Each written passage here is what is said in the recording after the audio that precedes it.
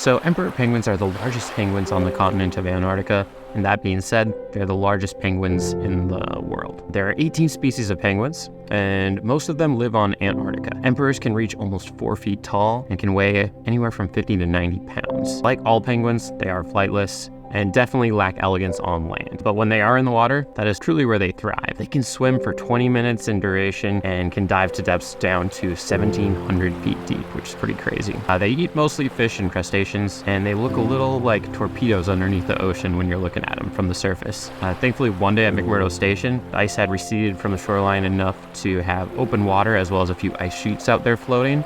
So we were able to watch a group of emperor penguins jump in and out of the water for a few hours while they were most likely fishing or looking for food or something. There was something in the water that they're very excited about. One of the cool things you notice when they jump out of the water is how they would use their beak to push themselves up from their bellies.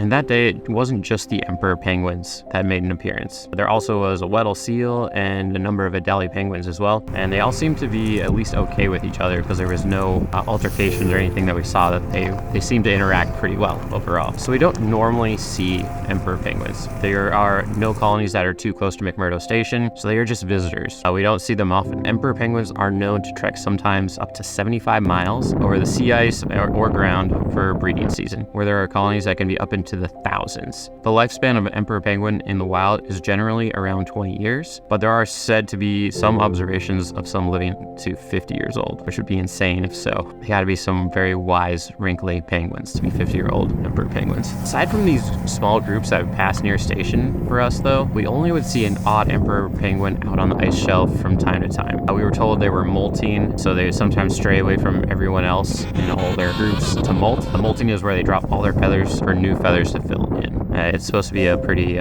painful process. So we would on occasion see one emperor just out in the middle of the ice shelf, just sitting out there, standing in one place for days to finish this process, I guess. Obviously built for the cold, seeing them on a snowy day out on the ice sheet made sense, and the reason we probably were lucky enough to see this group was most likely thanks to the icebreaker. Without the icebreaker cutting through the ice to make the wharf available for ships to dock, the ice may not have broke out this season at all because of how thick it was. And that made way for a lot of wildlife to come in, because once there's water, there's a lot more wildlife for everything around here. And it only seems fit that the day after the icebreaker left, after its 1-month stay here at McMurdo, the emperor penguins also left, and we didn't see them again after that. So that is all I have to say here about emperor penguins. Thanks for watching. There are many more videos on the way. Like, subscribe, and I will see you in the next video. All right, see ya.